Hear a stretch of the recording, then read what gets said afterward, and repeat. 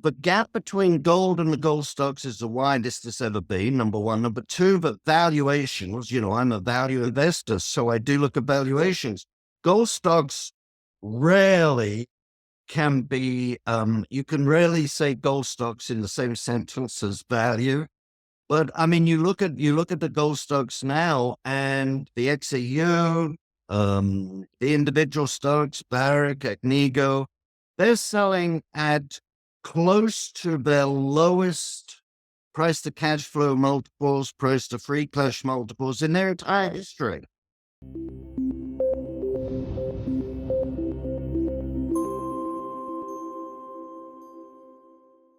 Adrian Day Asset Management. Good afternoon to you, my friend. How are you? I'm fine, thank you, Andy, and good to see you again. It's really good to see you again. Just to all my viewers and audience, Adrian, I just got to bring this up. Everybody's going to look at me and I'm all bundled up because it's 40 degrees in Atlanta, record cold almost here. And Adrian is sitting in really nice, I think 78 degrees. That's what he said he was giving me over. 82. 82. That's so. Anyways, hey, so I'm really looking forward to our talk here. The reason is gold has been ripping really since the new year, if you would, and gold stocks have been ripping as well, specifically the last probably 3 weeks since the end of January, but they've had a really strong all of January and February. But want to get your thoughts and opinion on where we're at. Let's start with the gold market. Okay.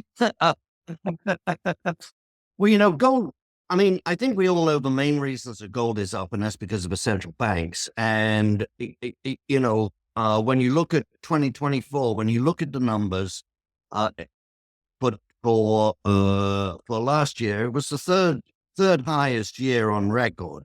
So I've heard some commentators say, oh my gosh, the central banks are not buying as much as they used to. And certainly, in the fall, there was a bit of an easing, but they came back strong at the end of the year. China, as you know, came back in November and December.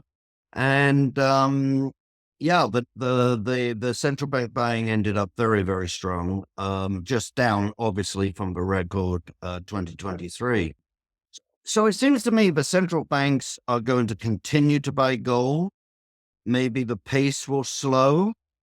But when you look at why they're buying to diversify their reserves away from dominance of the dollar. Remember, it wasn't that long ago that the average or the aggregate for central banks' foreign reserves was over 70% in US dollar. So I know if I had over 70% of my clients' assets in a single asset, the SEC would ask me why.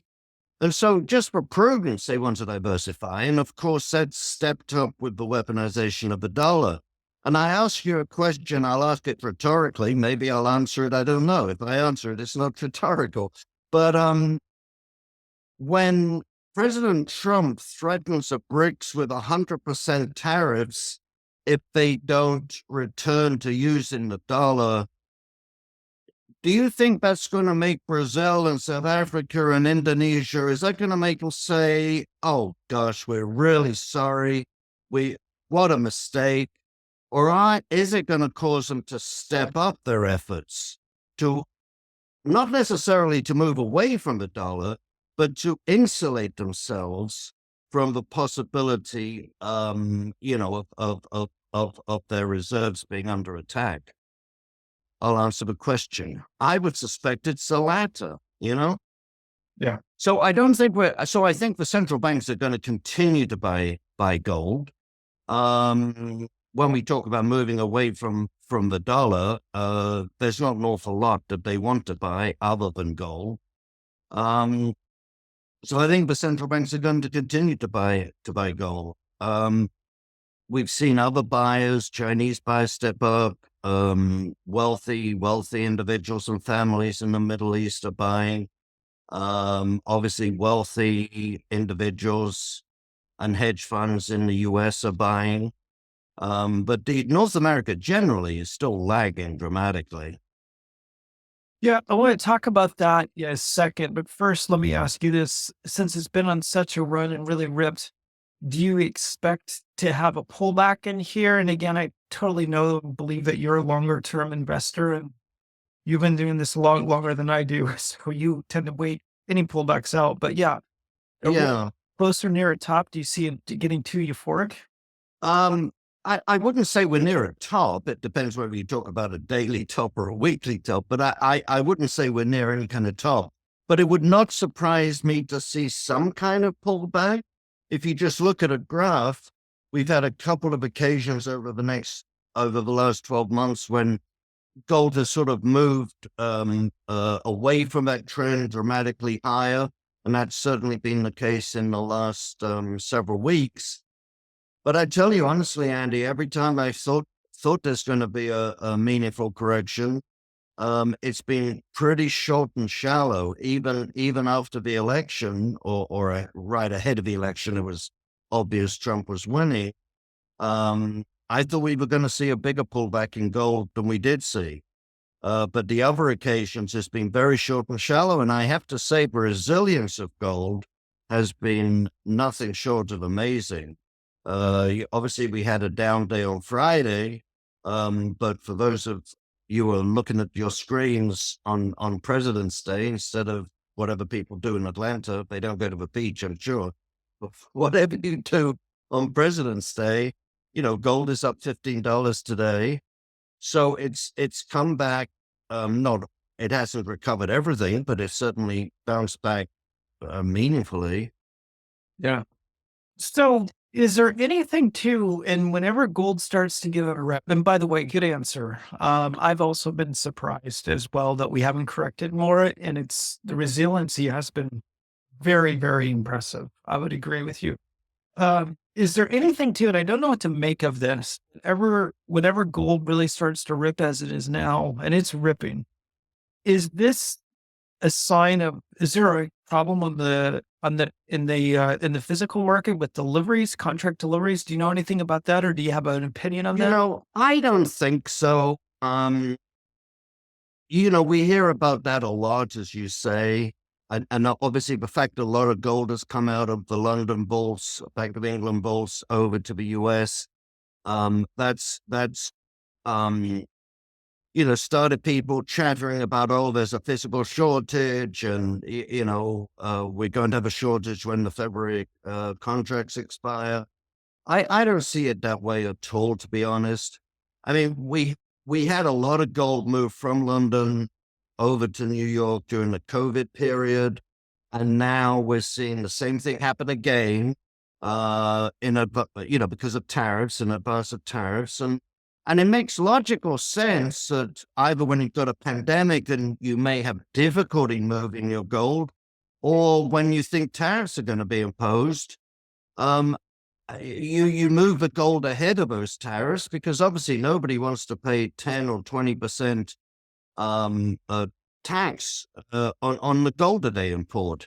So I don't think it really signifies much more than that. And then, of course, as the gold started to move, you start to get higher prices in the US than you got in London because of the fear of tariffs. And so suddenly you've got an arbitrage which only encouraged more gold to come over. And of course, there's delays in delivery. I mean, it takes time to go into a vault and bring the gold up. But more importantly, the refiners, mostly the gold goes from London over to Switzerland to be to be put into different bars, because in London they use 400-ounce bars, in COMEX is 1,200-ounce bars, and so the gold will be re-refined in Switzerland. Well, the refiners get very, very backed up when there's a huge surge. And so you've had now these long delays. And so that just adds to the, I was going to say rumor mongering, but the chatter that, oh, there's a shortage. Look, there's a delay in actually getting your gold. Well, it's primarily just because it all needs to be re-refined, and there's only so much you can do.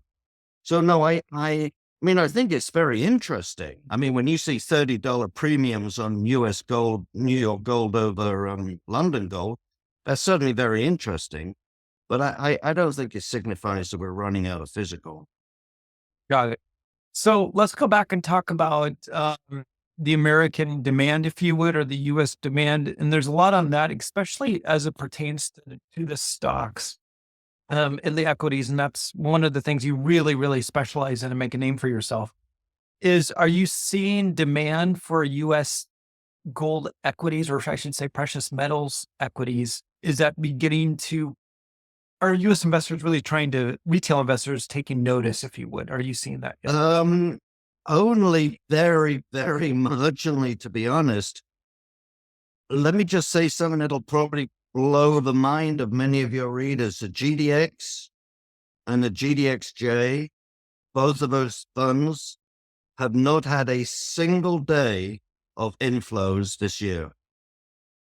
So even in February, we haven't seen a single day of net inflows into either of those two funds. The GDX has lost $1 billion this year in outflows. The GDXJ, of course, is a lot smaller, so it's lost more, but it's still lost about over 400 million. So really quite astonishing. It is. In a little bit of smaller inflows in the last few days. But no, there's no dramatic, far from a dramatic rush into gold stocks. The outflows are still continuing, which is really astonishing. It is. But it makes you wonder when a North American individual investor and the small institutions, because remember, a lot of small institutions like family offices and so on, they use the GDX and GDXJ. When those people and individuals, as I say, and generalists generally start to move into gold, I mean, it just makes you think of what kind of dramatic moves we can have. Yeah, absolutely. So that just goes to show that there's still tremendous value then in the gold stocks, and almost, I would dare to say, like we've never seen before relative to the price of gold. Absolutely. The gap between gold and the gold stocks is the widest it's ever been, number one. Number two, the valuations, I'm a value investor, so I do look at valuations. Gold stocks rarely can be, you can rarely say gold stocks in the same sentence as value. But I mean, you look at the gold stocks now, and the XAU, the individual stocks, Barrick, Agnico, they're selling at close to their lowest price to cash flow multiples, price to free cash multiples in their entire history. Barrick is within 10% of its all-time low valuation. We're not talking price, we're talking valuation. Agnico is certainly in its lowest decile in its entire history. Now, these are abnormalities, because normally when the price of gold goes up, multiples start to expand.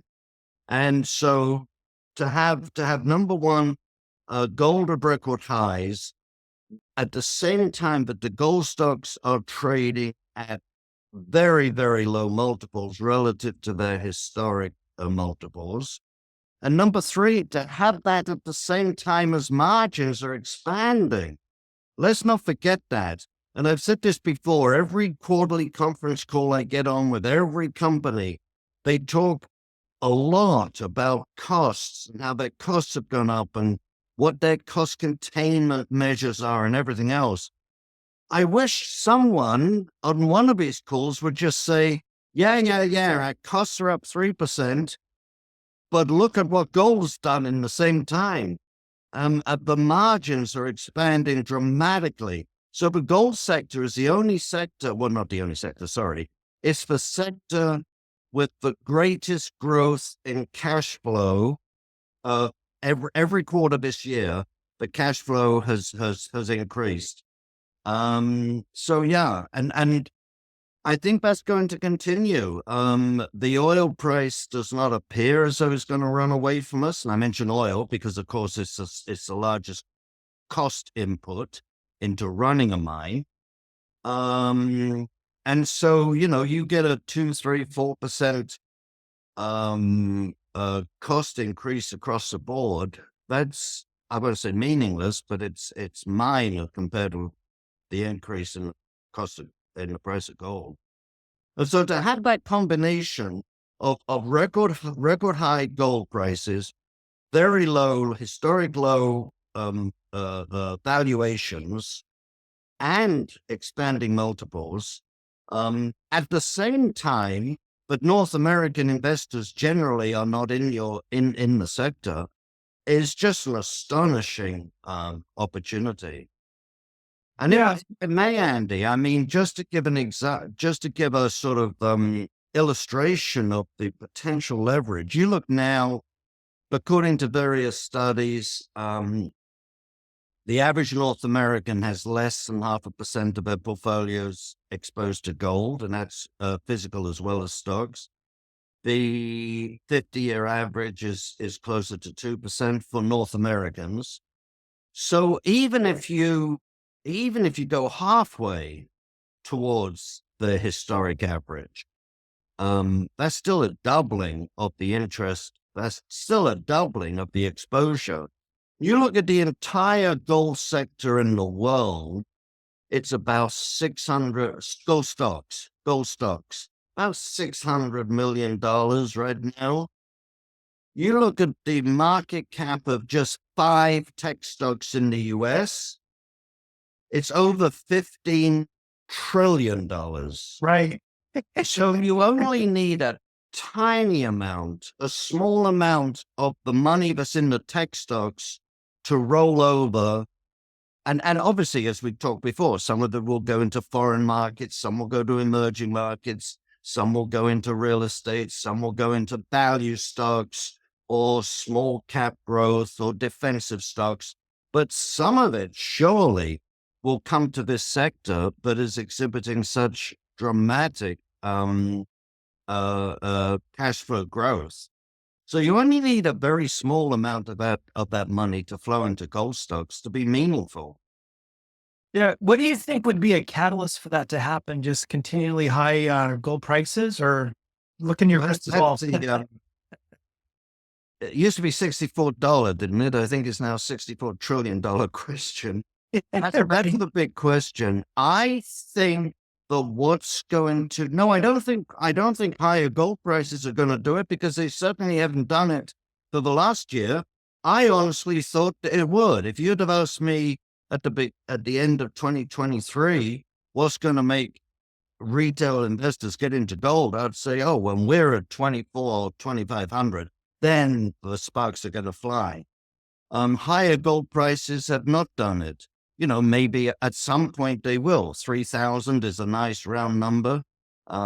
Maybe at some point they will. But I think what's really going to get US investors into gold stocks is when the broad market declines. And it doesn't have to be a crash, but just when you start to see, the Magnificent Seven cease to be so magnificent, when the S&P ceases to be a one-way street. I mean, look, let's face it, at the moment, what I call a normal investor, not a gold bug, but just a normal investor sitting there in Atlanta, opens his monthly statement and his account's up. And every month his account's up because the S&P keeps going up. Why would he look elsewhere? I mean, why would he do it? Once his account starts to decline, doesn't have to decline a lot, then people start to look for other places to put their money. Yeah. No, that's well thought of. That's an interesting take, and I actually do agree with you. I don't think what's the definition of insanity? Keep on expecting a different outcome with something that and doing the same thing over and over again. And so I don't really see that the higher gold price, particularly, maybe it will, but I mean, at some point, yeah, if we get to 10,000 or 100,000, I'm sure that'll grow. But here's an astonishing for you. Here's an astonishing thing for you. But I bet you could ask 100 regular investors, and 1 in 100 at the most would realize that the XAU is up 52% in the last 12 months. even after last Friday's drop. And the S&P is up 23%. Yep. The XAU has more than doubled the performance of the S&P over the last 12 months. Yeah. And gold has outperformed the S&P as well. Yeah. Most people don't even realize that. No, you're right. I have those conversations all the time. And when I mention that to people, they're always shocked and surprised, but they still don't do anything. Yeah. Yeah. Well, I am very, very surprised. Look, I'm less surprised that there's not a flood of money into gold stocks, given that the S&P is still going up, given that the dollar's strong, given that apparently inflation is under control. Although if you look at just the last 6 months, forget the last 2 years, don't go back to COVID, just look at the last 6 months. You'd think inflation is moving up dramatically. It's in a strong uptrend. But anyway, given that people think inflation's under control and interest rate declines are on pause because inflation's moving back up, the Fed is much more cautious now. It's not surprising there's not a flood of money into gold stocks. I'm absolutely floored that there are still withdrawals.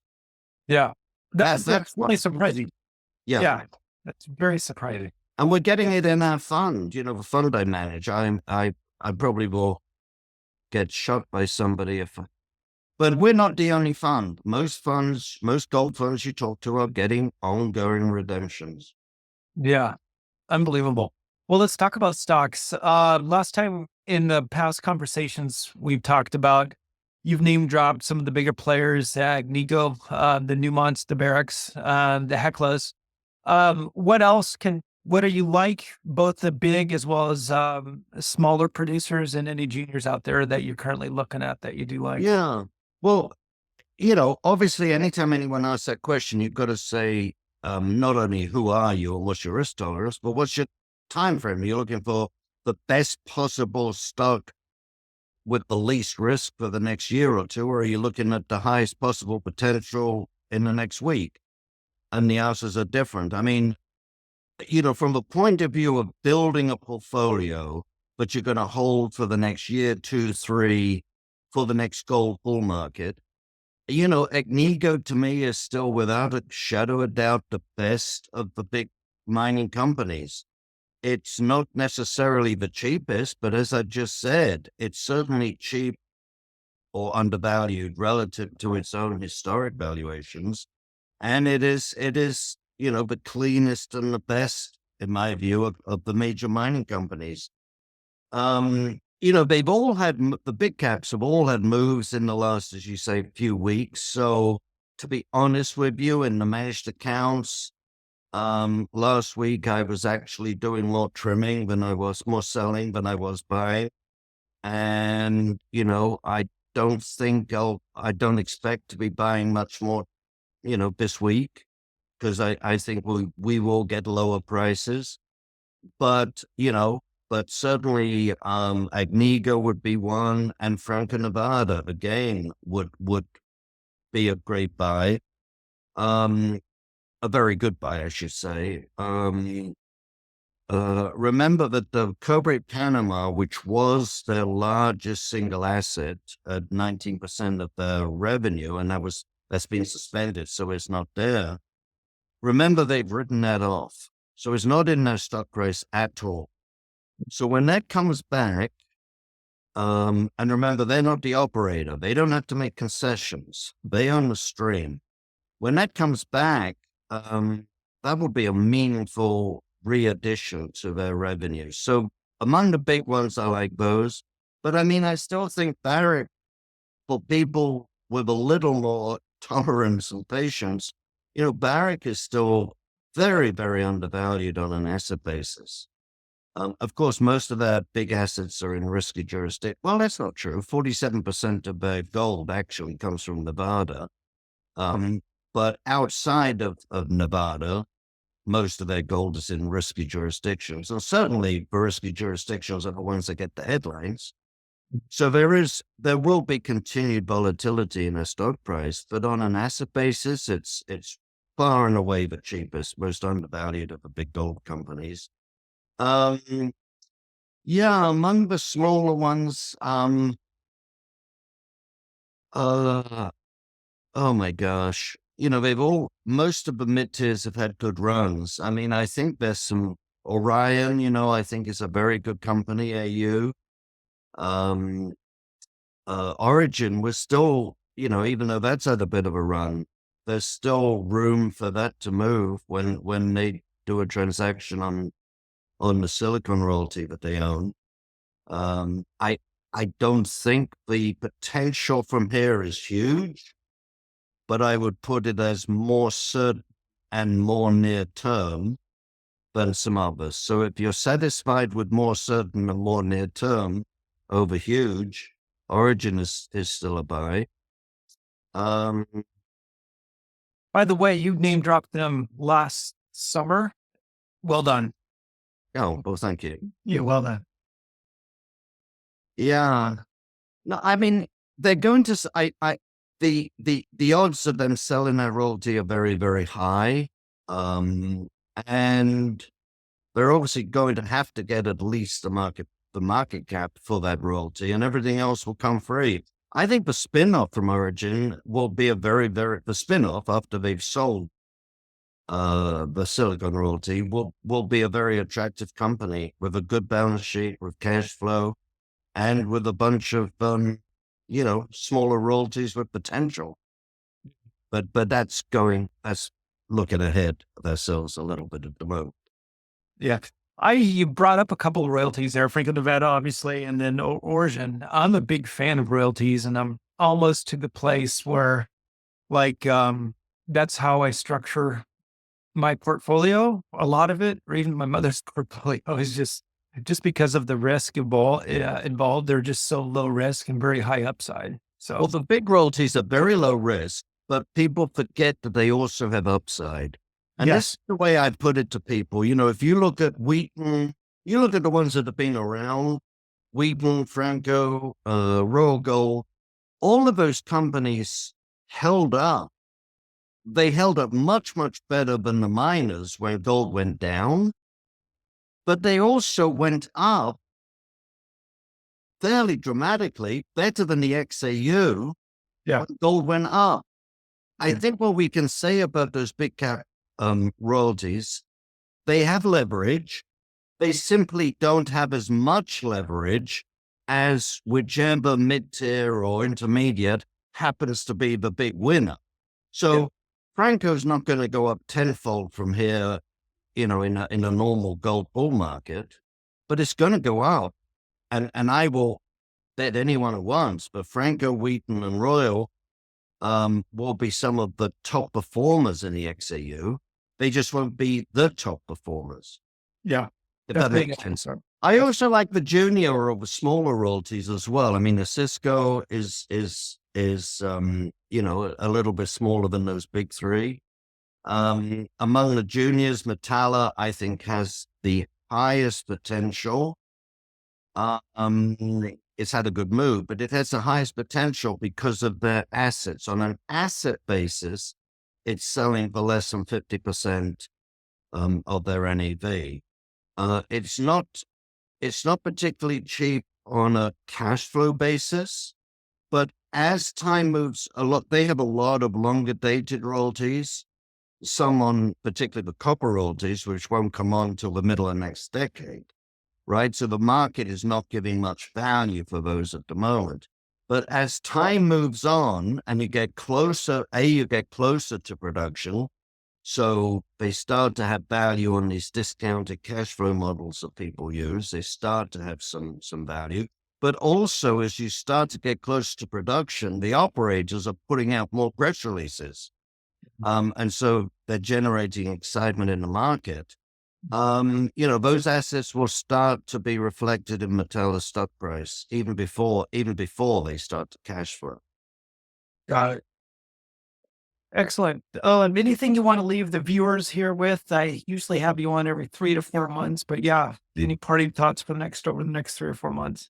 Well, again, I mean, I would say let's not forget that the XAU. I mean, it all depends whether you look at 1 month, 6 months, or 12 months, because the XAU looks pretty bad on a 6 month basis, but on a on a 1 month and on a 1 year basis, it's been pretty good. And I still think the place to be with most of our money is in the bigger companies, the bigger miners, the bigger royalty companies, which will be the ones that will attract the generalist money when the generalists return to this space, as they surely will. Adrian, people want to do business with you. How do they do that? How do they find you? It's adrianday.com. I'll put that in all of the show notes, and you manage a lot of money, both for accredited investors as well as smaller retail investors, correct? That's correct. We do a lot of for smaller, if you like, smaller retail investors, and we manage in global markets as well as just gold. Yeah, excellent. Adrian, all of this in the show notes. I'm putting it in. I want to thank you, number one, for your mentorship. You don't know this, but over the last couple of decades, you've been one of those people that I've looked up to. Well, And then you're very welcome. And you've been a friend, getting to know you over these podcasts and discussions we've had over the last couple of years. And I've seen you out on the road, and I'll see you in PDAC, I'm guessing. yeah, see you up there. Yeah, fantastic. Adrian, thank you so much. Have a great day. And you, thank you so much. Thanks.